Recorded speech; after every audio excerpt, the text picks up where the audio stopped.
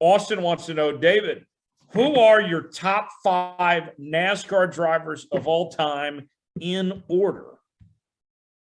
Man. Man, I would, golly, that's a great question. Richard Petty, 1, Dale Earnhardt, 2, Jeff Gordon, 3, Jimmy Johnson, 4. David Pearson. Okay. You rattled that off faster than I think you thought you would. Yep. Tell your reasoning behind that order, that 5. The one that stood out to me was Jeff Gordon ahead of Jimmy. Well, obviously Richard Petty, when you think of NASCAR racing, I think of the king, Richard Petty, 200 wins. Jeff Gordon back in the, when he started racing in NASCAR in the 90s, he had a lot to do with bringing NASCAR mainstream. We saw him on Good Morning America. He was always on the morning talk shows. He was very charismatic. He could talk well, could speak well. Just the wins, the duels he had with Dale Earnhardt. I don't know. He did a lot for our sport. I think the 3 championships he's had are 4. I just, I put him up there 4. And then, Jimmy Johnson. 7-time cup winner with Richard Petty and Dale Earnhardt Sr.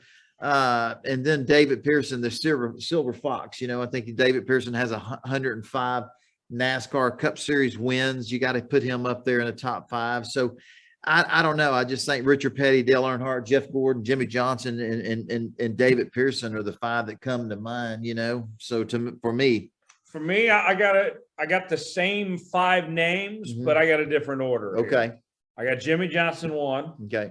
And for me, why I put him number 1 is that think of all the format changes that they went through to win those titles, and he still found ways to win titles. Yep. And they went through, they raced, what was it, Dominic? How many different cars did he race during his title runs? 3? 3. Incredible. They faced adversity head on and great competition. That's why I have him number 1. I'll go Richard Petty 2 for 200 wins. Right. Jeff Gordon 3. I think Jeff Gordon had a better career than Richard Petty.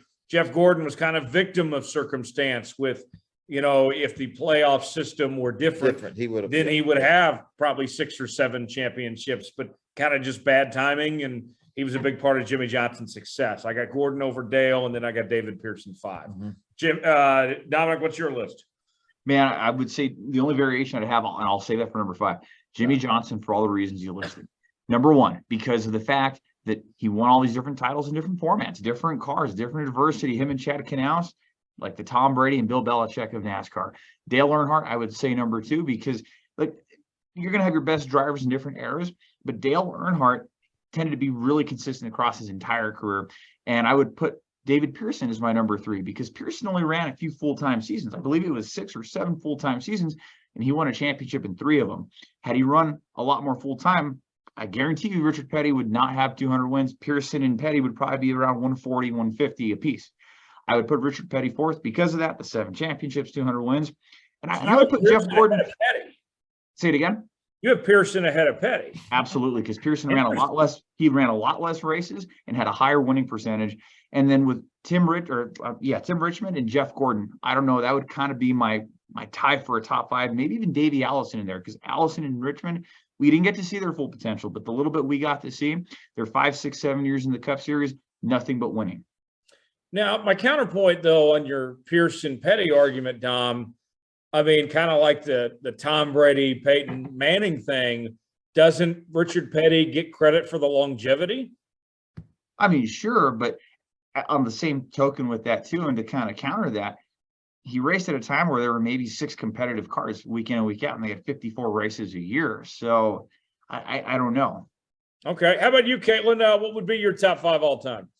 All right. So first off, I got Jimmy for all the reasons you guys have already said. Also, just because I think he treats himself like a hard, cold stone athlete. Like he was one of the really first drivers to kind of really push themselves. Or I guess Jeff Gordon would have been the first one that really understood the marketing aspect of what he needed to do, but Jimmy was the first one to be very vocal about treating your body well and being a good athlete and fighting that kind of stigma NASCAR has of like, well, the car does all the work.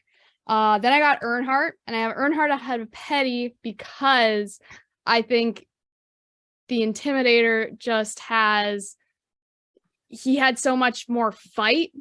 And I truly do believe if he hadn't died, he would have gone on to win potentially an 8th.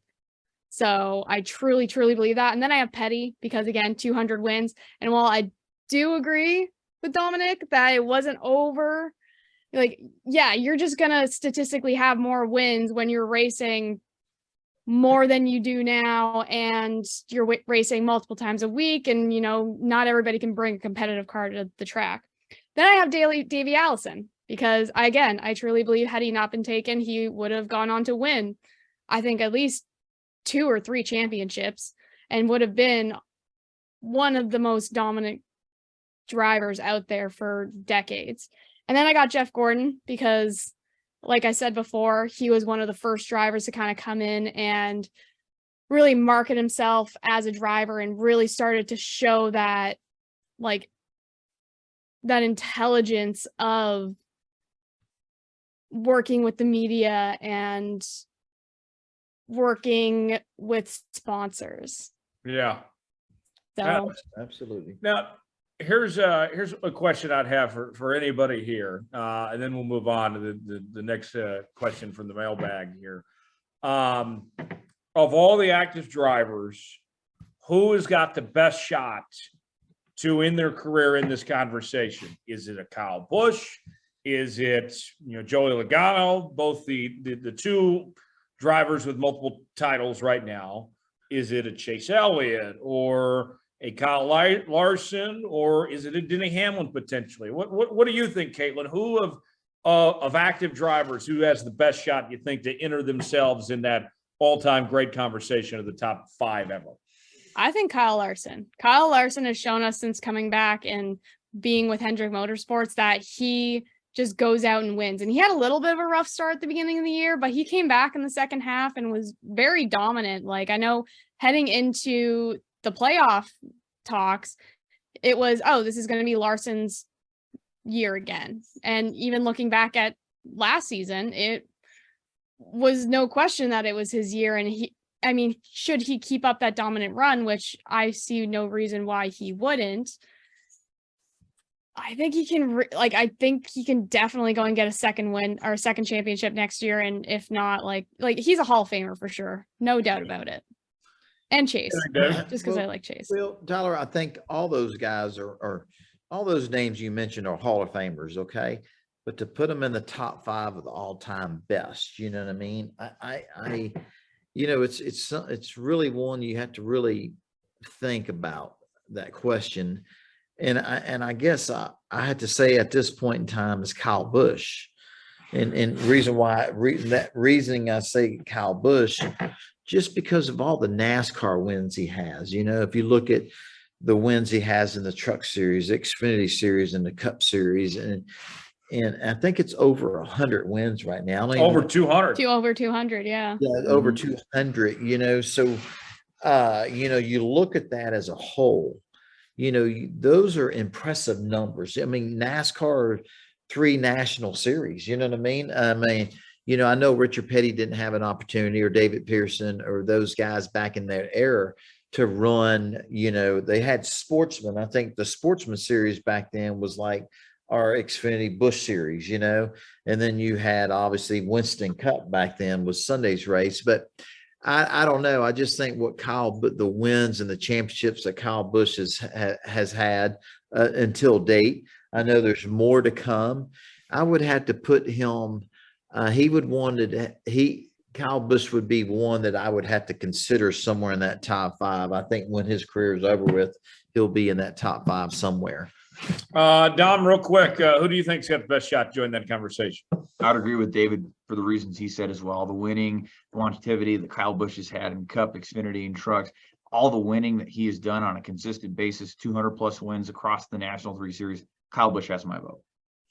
And in all honesty, I think Kyle Busch still has time too. I know that he's older now, but I think he's still got time ahead and can prove a lot of people wrong if he can get this figured out with RCR as well. So